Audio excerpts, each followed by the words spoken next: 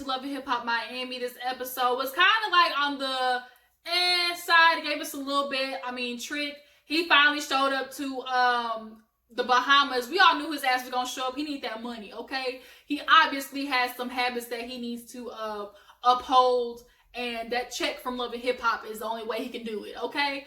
But before we get into that, you guys, you know what you gotta do. Go ahead and subscribe. Go ahead and smash that like button if you haven't already. And if you think you want to donate to your girl's Cash App, go ahead and look in the description box and get the link for that, or the name rather.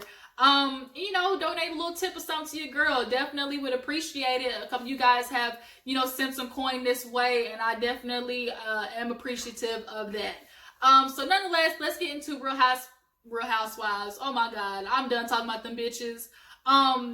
Love and Hip Hop Miami. That's what we're talking about, okay? So y'all, the episode, it opens up with Sukihana. Y'all, I love Sukihana. She is just the funniest thing. But Sukihana's trying to show us Destiny right now, okay? Destiny's putting together this, you know, melanin popping, basically, you know, dinner. Wants brown skinned girls to realize, you know, they can make it in the world. And I get it, you know, as Black women especially, like, we just have it hard in this country. And if we do better working with each other than we do tearing each other apart. Chameleon came over to try and help her set up stuff. She said, I ain't trying to blow up this damn balloon. The only thing I blow on is dick. I said, Lord Jesus, why you gotta let the rat... Sometimes, can y'all just let the moment be a moment? Why y'all gotta let this shit go ratchet all the time? But she invited everybody, but then we see later on in the episode, that's where Amara and Premadonna get into it. So, speaking of Amara, she's at home in her little bonnet and stuff. And Mommy La Negra came in all braided to the back, had the little jewels and stuff on her hair. Y'all, Mommy La Negra is coming up in the world. But she's talking to her, trying to check on her. And Amara's basically saying, like, she's struggling right now. She misses MJ. She's going through a lot emotionally. But the mama basically tried to snap her out of it, like, look, girl, you're going to be all right. It's going to take a couple of days. But after that, you'll get over it. But you need to focus on you, your career, and not have to focus on somebody else. Y'all, deep down, Mommy La Negra did not like MJ. She did not like him. You could just tell she was ready for that nigga to get out of that house. Because first of all, he moved in, after 6 months of their dating? And he was walking around his damn towel, his body all out and stuff, just so rude and so disrespectful of the house rules. You could tell that she was ready for his ass to go. But she's like, look, you know what you can do for yourself. You can't be trying to, you know, waiting on him to be there for you. She's like, oh, I'm really missing, you know, just the small things. And she's like, yeah, he might do a little bit yang, a little bit here and there, but, like, that's not what you look for in a relationship. No. So you go out there, be a bad bitch, and you do you. So she's like, get out the house and make it. So she tells her, look, you know, I'm going to go to this, like, you know, event with Sukihana, but Premadonna's going to be there, and she's got some beef right now with Premadonna because she feels a little way about her not telling her about Annie coming to the lunch. And I get that. Don't be showing up with my nigga's ex and don't give me no heads up, especially if you want to call yourself building a friendship with me. Like, that was a little, that was shady boots.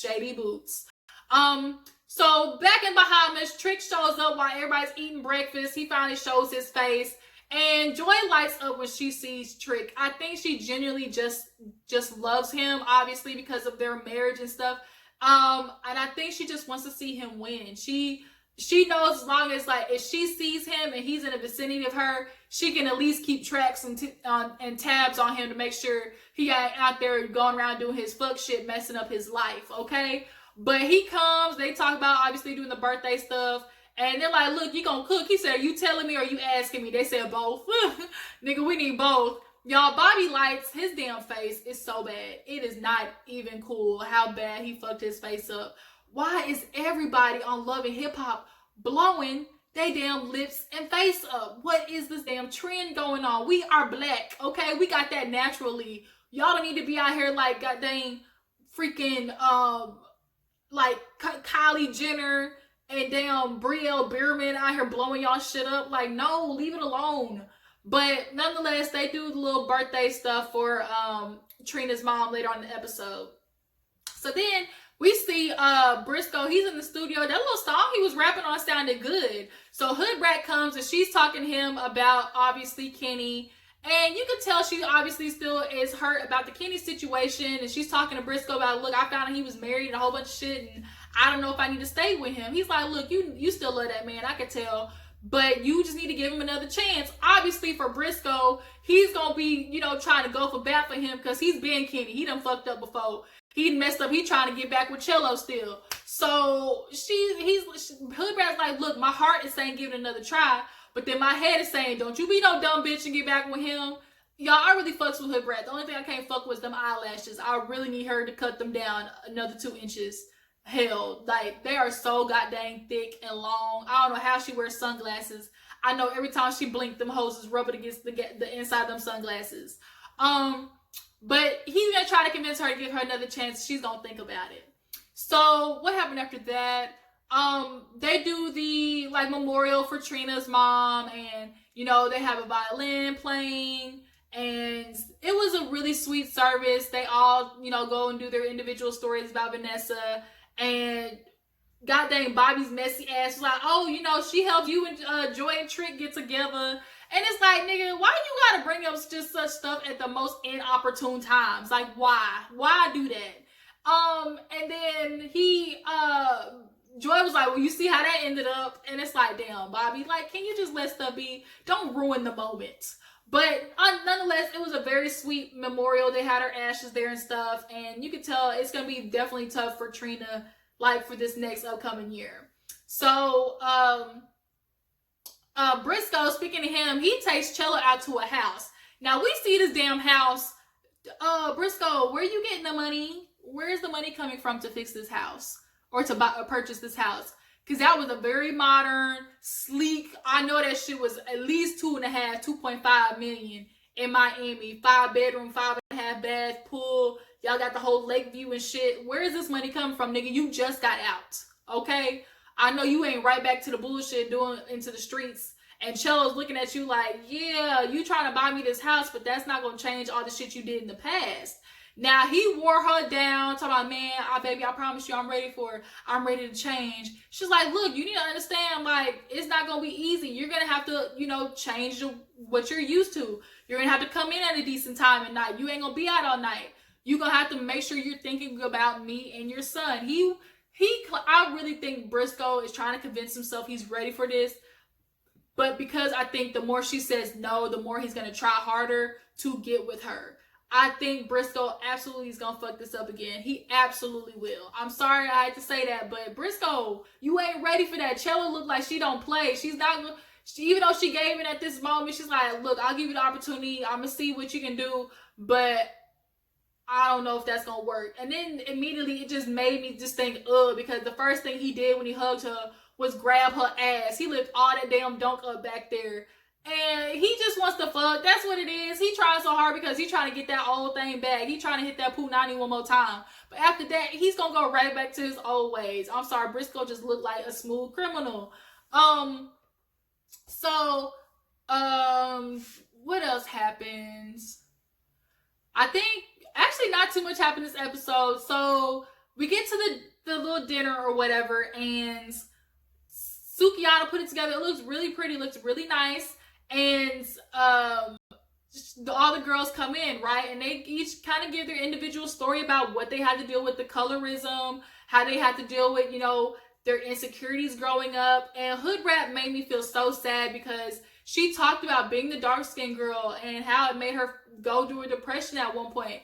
You know, you're the black kid in the group. And she's like, I used to think that I didn't want my child. I wanted to marry a light-skinned dude and be with a light-skinned dude, have a baby by him so my baby wouldn't have to go through it. And that is not the first time that I've actually heard that. I have heard, you know, people say, I don't want my baby to be dark-skinned like me. And it's really sad that we're kind of got to the point, like, as black people, where we don't lift up everybody in their entirety, not just the light-skinned women, not just the, you know, the brown-skinned cocoa women. Like, there needs to be a point where we love everybody in their entirety.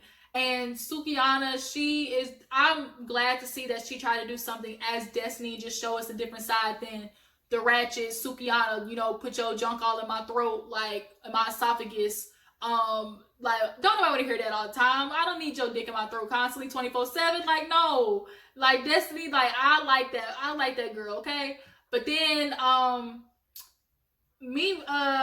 Miami Tip was talking about how she was light-skinned and she used to try to prove everything she was black. I used to wear my hair nappy. I used to not have it done. I used to wear my hair back in braids because I just tried to show how black I was. And that's kind of where I felt in my life. Like, I get Miami tip because I was the light-skinned one in the group. I grew up at a white school. Like, I literally, in the school, there's probably 4 black people total.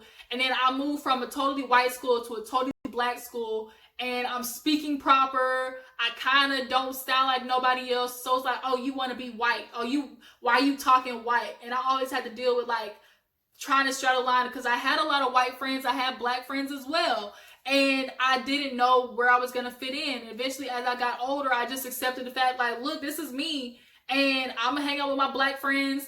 And granted, I kind of got to the point where, like, I always feel like I was acting different when I was around them versus when I was with my white friends. And I got to the point where I hung with my white friends and they used to always be like, oh, Gigi, you're not really black like that. And it was because I didn't act like the other black people. And I almost sometimes I used to almost take it as a compliment that they didn't see me acting as the other black people. But then, you know, that's just what you learn is when you're younger. That's kind of ignorance in thinking that way. Like, I shouldn't have to think because I'm talking proper, like, oh, you're finally gonna accept me, like, in, you know, my white group of friends. But then if I'm talking proper with my black group of friends, it's like, oh, you ain't one of us. Like, I get where Miami Tip was coming from. But then Premadonna went in, you know, talking about how everything that she went through. And then Amara, she goes talking about what she went through, about how, you know, with her being, you know, Afro-Latina, you know, on her Spanish side, it's like, girl, you ain't really Latina, like, you black. But then when she went to hang out with the black people, it's like, bitch, you Spanish. So she was always trying to fall in, like, the Puerto Rican, Dominican, Colombian type lane. And then Premadonna, like, it was like, well, girl, what do you identify as? And Amara Negra kind of paused and was kind of like, eh. And it's like, what's the problem? Like, Sukihana was like, is there an issue? And Bruno was like, no. And Amara, this is where you kind of messed up because you didn't say what the problem was. You was just giving off this vibe of negativity. And, like, I get where Premadonna's coming from. Bitch, if you're really bad at it, just tell me what the issue is. Don't be trying to, like, come off and give me this nasty ass attitude and I don't know what the hell the issue is. So Sukihana's like, nah, bitches, y'all need to get this out, figure it out, you know, on the spirit of, you know, black women being together, make it work. And Hood Brad was like, y'all bitches over here arguing, like, I ain't got time for this. Sukihana killed me. She said, bitch, sometimes bitches ain't like us and fight. Some of them like to argue.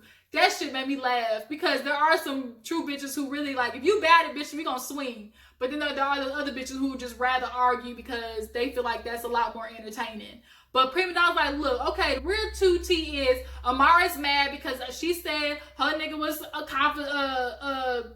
constricting her. He was all up on her. I brought his ex Annie from 6 years ago. She said he was making her feel the same exact way, so I brought his ex around to give her some insight. I thought I was helping your ass. Well, Amara was like, no, you were being messy. How dare you not tell me that she was coming? That was so foul for you to try to be my friend and then do that. I was messed up. She was like, bitch, like, I'm sorry that your man was that way, but you was just looking for it out anyways. You didn't want to be with him.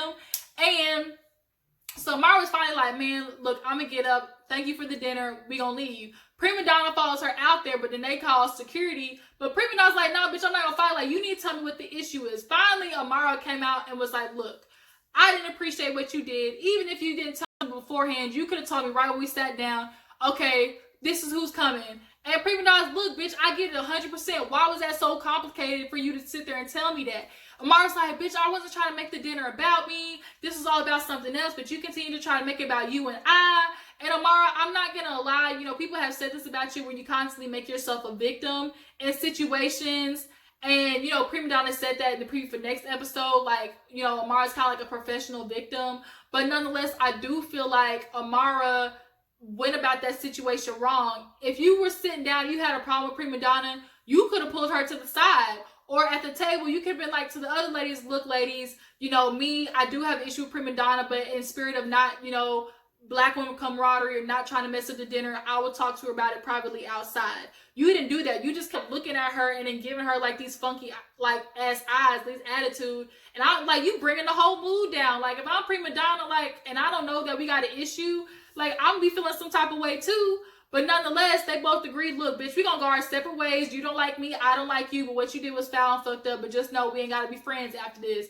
Premadonna's like, bitch, I told you about your nigga. You the one who said that you was feeling, you know, all, what's the damn word?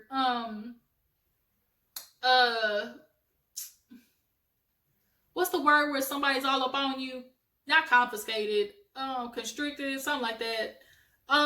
Anyways, the word, you know what I'm trying to say. But the fact that she was feeling like MJ was all up on her, like, that's not Prima Donna's problem. She just brought you somebody who felt the same exact way as you.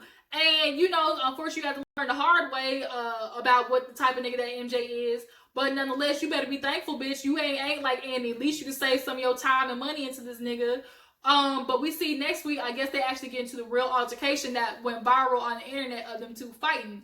But that was kind of episode. Not too much happens. It was a little bit yang. But next week is the finale. And then we're gonna get into Love and Hip Hop Atlanta right after this. So you guys, tell me what you thought about the episode. How do you feel about Amara and Prima Donna's situation? Did Amara handle it the right way, or was Prima Donna just wrong in totality? As far as Joy and Trick go, Joy and Trick actually had a conversation. That's what I missed. At the house, they had a conversation and they started going back and forth with each other about their past and about, you know, Joy was feeling like, you never really showed me that you loved me. You never really told me, you know, I'm sorry in all the years that we were together. And Trick is the definition of a hood nigga who they don't know how to talk about their feelings. They don't know how to be emotionally vulnerable. He does not know how to do that. So, of course, in this whole relationship with him and Joy, the only thing he knew how to do was buy stuff, and that's how he shows his affection for somebody. Sometimes, like Joy said, why couldn't you just come in and talk to me? And you want to buy all this stuff basically to make up for all the other shit that you did. He wanted to turn around and be like, oh, well, maybe if you weren't like everybody else in my life, it made me feel unappreciated. And Joy even got emotional. She was like, don't you put me in that boat. Don't you try to make me like everybody else. Nowhere in Joy's freaking like personality do you see somebody who makes somebody feel unappreciative or like she doesn't give people kudos where it's due. You can definitely tell that Joy got tired of sticking around for Trick because he was not taking care of himself. She was not going to watch him go down a path of destruction and try to help him, and he not want to help himself. So finally he apologized and was like, look, I'm tired. I'm sorry for whatever I did to you. And you could tell she accepted it. She was just glad to finally hear him take some type of acknowledgement in what he did to her and the way that he made her feel. He's like, oh, you feel like I didn't care about you? She's like, at some point I did. And, you know, some of you niggas who grow up on the street, y'all gotta stop acting so hard. Y'all gotta realize, like, when you got a good woman, you do. And Trick, you out there again with that old freaking Nicki Natural bitch who was just so immature and childish, to realize, oh, I had a real bitch with Joy, and you really kind of fucked it up low-key. But they might low-key get back together. They still got a little vibe every time they together. And Trick, he wants Joy back. That's just what it is. Now, will Joy give in to that nigga? I don't know. I don't think so. As long as he's not taking care of himself, Joy's not going to get back with him, and that's just that. But yeah, what you think about Joy and Trick? Should they get back together? Y'all let me know. I appreciate you guys for tuning in. Don't forget to like this video, subscribe to your girl's channel, and I'll catch you guys on the flip side. Deuces.